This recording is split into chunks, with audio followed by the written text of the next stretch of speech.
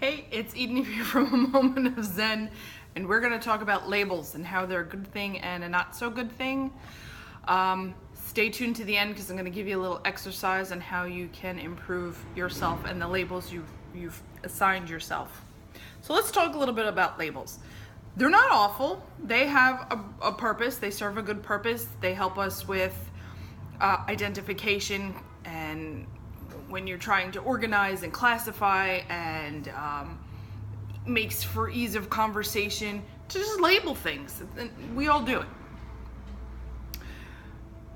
Now, we also label ourselves and other people, but we're not concerning ourselves with what we label other people.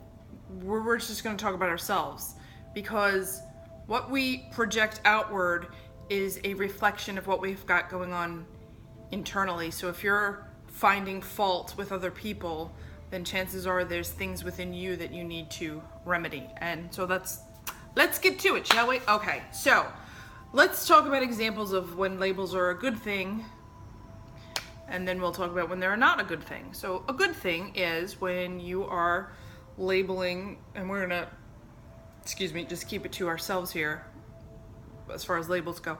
So I could label myself as a happy person. I am a happy person. That's a good label. I am a kind person. I am loving. I am fun. Those are positive labels. I'm sure you can think of plenty of positive labels that you could assign to yourself.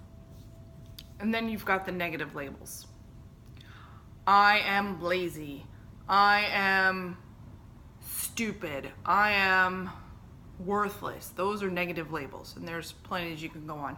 And then there's labels that fall somewhere in between, some that seem like they might necessarily not be a bad label, but the vibration that they're putting out isn't necessarily helping.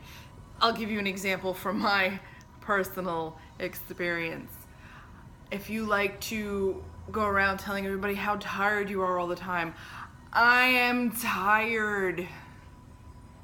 Yeah, I used to do that all the time. I still sometimes do it, but I've been working on not wearing the I am tired badge. But because it's something that I believe, because physically I feel tired, then it's easy for me to say it and then put the energy behind it, which therefore gives me more evidence to back up the I am tiredness. See where I'm going with that? So if you assign yourself a label, be it positive or negative, if it's something that you believe, then you've got that emotion to help keep the momentum of that belief going. So this is why we're gonna work on the exercise, and here we go. Here's the exercise.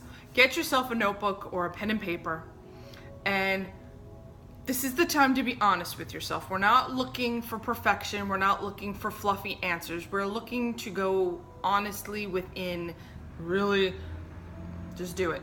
So what I want you to do is write down all the words that you could think of that describe yourself, both positive and negative. So, and you can write them as I am, or just write a list of words, however you feel more comfortable doing it. And when you're finished with that list, go back through and read each word or line of words and check in with yourself and how you feel after you read each one. If it makes you feel good, put a little check mark. If it makes you feel not so good, put a little X. After you've gone through your list, go through to all the ones that have an X next to them. And those are obviously the ones, the aspects that you're gonna wanna work on. So read those words and ask yourself if that's true. So for example, if you put down, I am stupid, or stupid, ask yourself, honestly, are you really stupid? You've made it this far in life. I doubt the true answer is yes. You're not stupid. You really aren't stupid. You may feel like you are, but you're not. So what I want you to do is identify all those negative words that you've X'd off next to them, and try and find something that feels a little bit better. So you may not feel like a genius, but you can reword it to say something better than stupid. I'm smarter than I realize I am. There you go. Going a step in the right direction. And that's what I want you to do with all the negative words. I'm not asking you to make that quantum leap from I'm stupid to I'm a freaking genius. That's okay. Work your way there until your list becomes full of positive aspects. And if you can't find another way to word it and you realize, that word doesn't really suit me, just cross it off your list altogether.